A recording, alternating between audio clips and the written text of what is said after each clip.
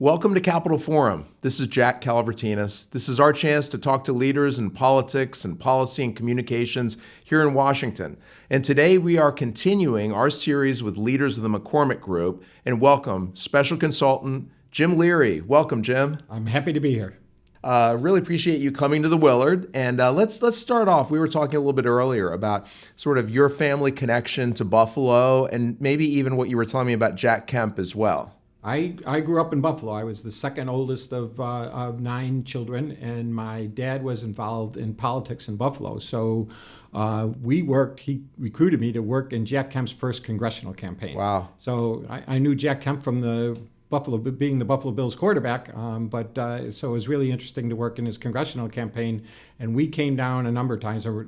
I ended up down this way in Annapolis, Maryland, and my mom and dad would come down and visit, and we'd always go in and see Congressman Kemp, and we were at a couple of inaugurations that he got us tickets for. So it was a great relationship.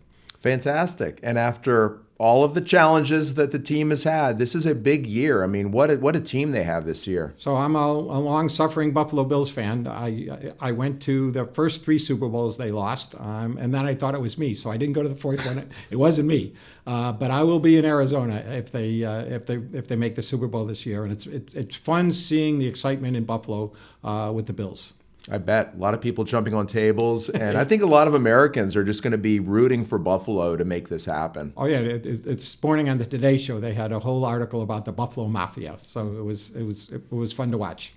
You know, before we get into your career in law firm management, if you could just tell us a little bit about your work in education and also in coaching. You have a fantastic coaching and commissioner background. So my aspirations when I was in college was to be a teacher and a coach, and I followed that for a few years. I decided to go back to graduate school, and I was looking to do something different when my former college coach got the head coaching job at the Naval Academy. So I spent a couple of years at the Naval Academy helping him, and it was just a wonderful time in my life. Wow, and you loved Annapolis so much. I mean, that's where you've been living. Oh yeah. And actually one of the great stories is I had started my law firm career because of my role at the Naval Academy. Tell us about that. I was an assistant basketball coach, and I was making a presentation promoting Navy basketball to a local group of business leaders, and a gentleman in the crowd, a gentleman by the name of John Hanlon. Mr. Hanlon, I always called him, took me aside and said, "You're wasting your time coaching. You ought to be in business." And I politely listened to him. And about 5 months later, I get this call from him about this job at Covington and Burling. So I started my law firm career 2 blocks from here at 1201 Pennsylvania Avenue. And I learned from the best from Mr. Hanlon. But when I'm coaching at the Naval Academy, or when I'm working at Covington, I got a call from the head coach at the Naval Academy, and he said, "Would you do me a favor?" He said, "One of the other assistant coaches keeps telling me about this kid in Northern Virginia, and I'm not going to be able to see him until the end of January. Would you go and tell me what you think?" So you were asked to do some recruiting while you were serving at Covington. I was just going out to watch a high school basketball game and report back to the head coach. What I did is I gave this report back to the head coach about David Robinson. So I said, David, he's really athletic. He runs the floor really well. He can use both hands. But he's really not a basketball player. Guys my size are boxing him out. He sets a pick, he doesn't roll. But David had excellent grades and wanted to go to the Naval Academy. And of course, then what I didn't realize at the time was that this was only his 5th high school basketball game. So he did not play high school basketball till his senior year. Okay, that is unbelievable. Yeah. I mean, one of the greats. Yeah. And he started as a senior. Yep. Yep. So he was a great career at the Naval Academy. In fact, one of the rules at the Naval Academy is if you begin your junior year, your 3rd year, you're committed to the military commitment. And David had done so well that a lot of people thought he would leave. So Coach K, Coach Thompson, a lot of people, Bobby Knight, all hanging around hoping David leaves. I bet. But David loved being at the Naval Academy, and it was really the time I spent there. I'm still very close with a lot of guys at the team there, so it was a really special time in my life. That is great. That is great. Now let's just talk about your incredible experience having worked for many years at law firms, and talk to us a little bit about those firms where you served in a whole variety of capacities. Well, again, I started my career at Covington and Burling, and I was honored to be there, to be in Washington and working on Pennsylvania Avenue. It was just absolutely great. I took a couple of jobs at smaller firms, and probably the biggest job I had in my career was the 14 plus years that I spent at Aiken Gump. Again, being in Washington and working with Bob Strauss and Vernon Jordan was just magical. And then I completed my career up in Philadelphia as the chief operating officer at Deckard. But some really quality law firms. I worked with great lawyers, and I just was honored to be in the career, and the career was very good to me. So I feel very fortunate. And also during that time period, I also served as the commissioner of the Washington Catholic Athletic Conference. So I oversaw the activities of 12 Catholic high schools in Washington, D.C., which was really a lot of fun. I know it well, and I mean it's really one of the best conferences in the country. Yeah, it was great. And going back to being a Buffalo Bills fan, I probably saw Stefon Diggs, the wide receiver for the Bills, play 6 or 7 times. Oh my gosh, yeah, one of the best in the nation.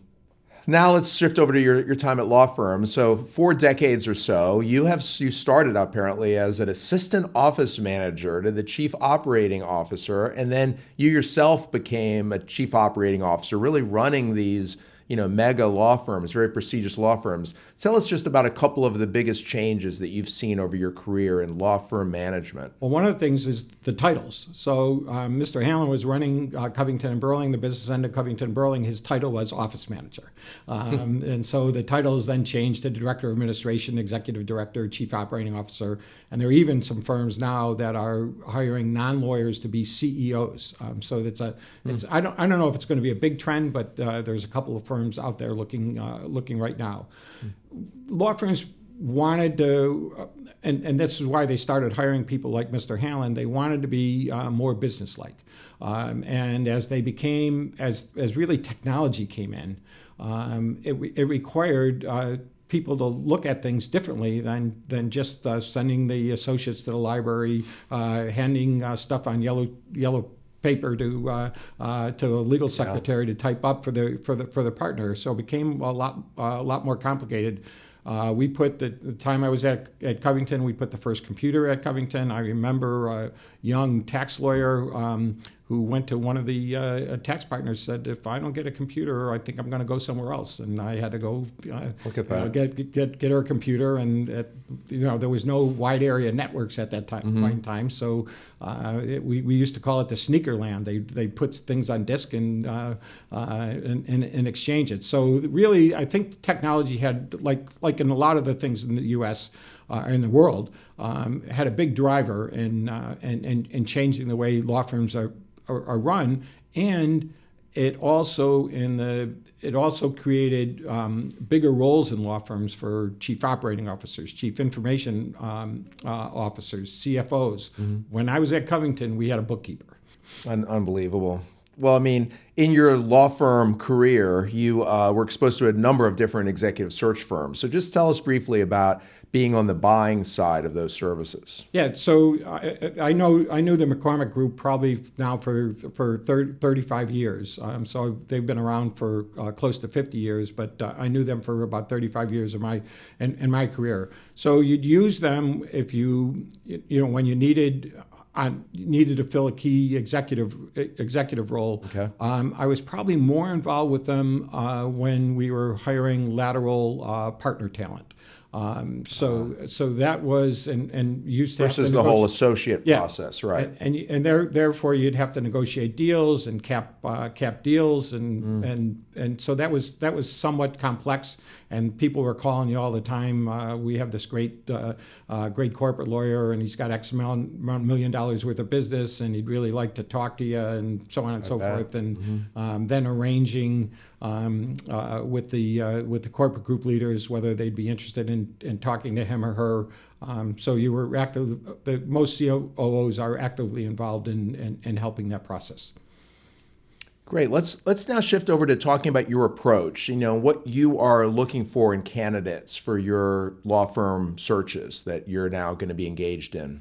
So you look back on your history and you've seen how some people have been successful. So you look at personality traits, how engaging they are, whether they're sympathetic when things are when things are going wrong. So you're looking for not only human traits but also technical traits. You couldn't go into a law firm now and be a CFO if you just had bookkeeping skills. And a lot of the COOs have moved from the CFO role. The gentleman that replaced me at Deckard was the CFO. The current COO at Aiken Gump, which were the last two law firms that I worked for, he came from the CFO role there as well. So it's become a lot more sophisticated. The salaries have gone way up. So you can recruit really good talent. But the lawyers really want to practice law, and they want to meet and deal with their clients, and they don't want to be worrying about the marketing or the finances or the HR issues. So you really need a good group of people to do it, and the top 50 law firms in the country are now all. I mean, there's some that are really multi-billion-dollar operations, but they're all billion-dollar operations or bigger. Let me ask you this. How important is it for the COOs to be directly involved in hiring of the law firm C-suite? I think it's very important because in most law firms, the C-suite reports up to the COO. So obviously you want to be involved in hiring your team and building your team, and you're the one that's trying to sell to whoever's in there the law firm culture and what you really need in this role. So I think it's vital.